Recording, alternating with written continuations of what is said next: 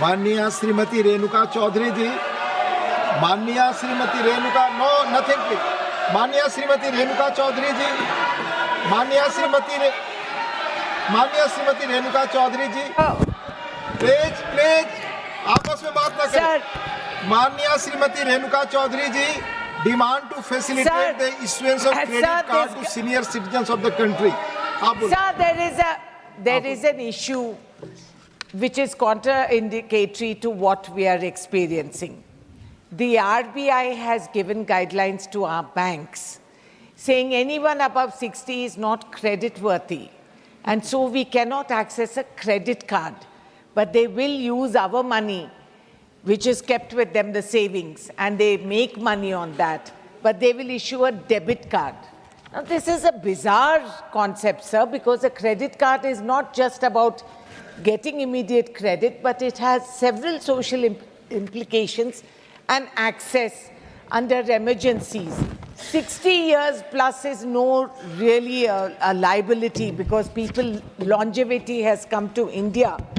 And unless we make sure that a senior citizen can book a flight ticket, hotel bookings, making transaction, online paying bills. Now, on the one hand, you want a digital cashless India. On the other hand, you will not give credit to people who are 60 years and above. I'm sure here a lot of my colleagues have got it because we are a privileged lot of people. But the average middle-class citizen who has substantial savings in the bank, and the banks come to look at our face and say, are you alive? They want proof of living. They come home and check whether you're alive or dead while they're talking to you. And they tell you this is for proof of life. And after that, they don't give you a credit card. International banks, which do not have an upper age limit, which are functioning in India, are also submitted to the RBI guidelines here. So what they practice in their countries, they don't affect the seniors. But here, when international banks come and you bank with them, you have a limitation on the credit, and you will not get a credit card.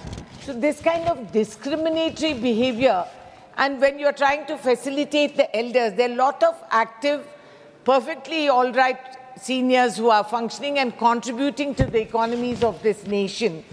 And I think this kind of discriminatory attitude has to be removed at once, failing which we are going to have only debit card.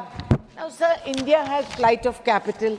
We have written off unsecured loans. You have given away the commercial banks' unsecured loans to the tune of 21 lakh crore. This government has waived off selected corporates to the magnitude of 16 lakh crore. But they can't give a basic credit card facility to a law-abiding, tax-paying citizen. Multiple scams have happened, sir.